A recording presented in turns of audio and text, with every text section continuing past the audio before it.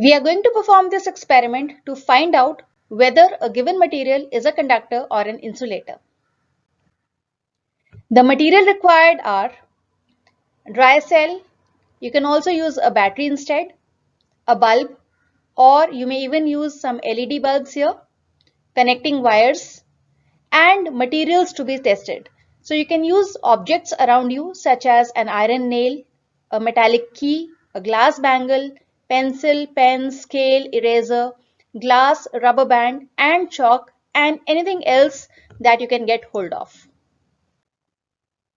So we will be setting up a circuit like this.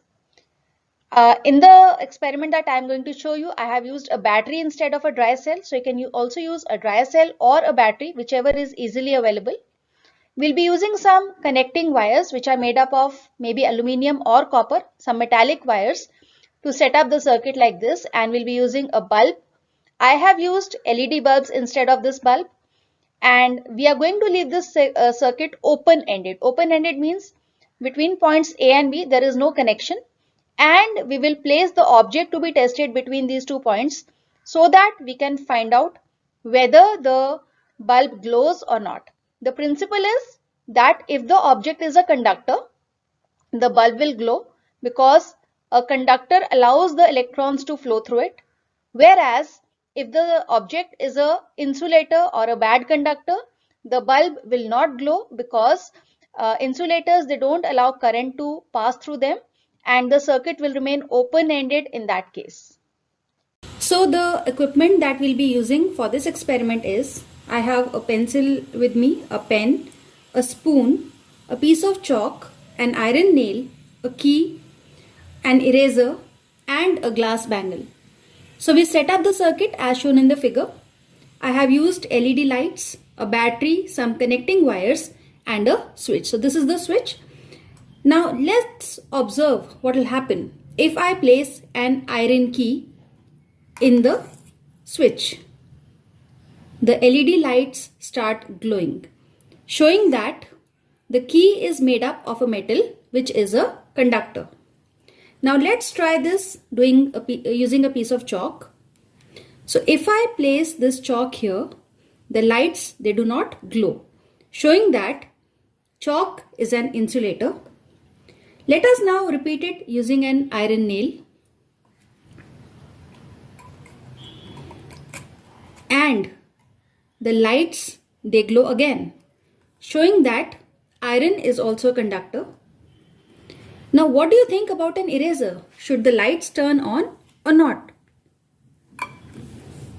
And no, the lights, they are not on, showing that this eraser is again an insulator. Now I'll use a glass bangle this time. And the lights, they did not turn on again, showing that glass is also an insulator. What about a spoon that is made up of a metal?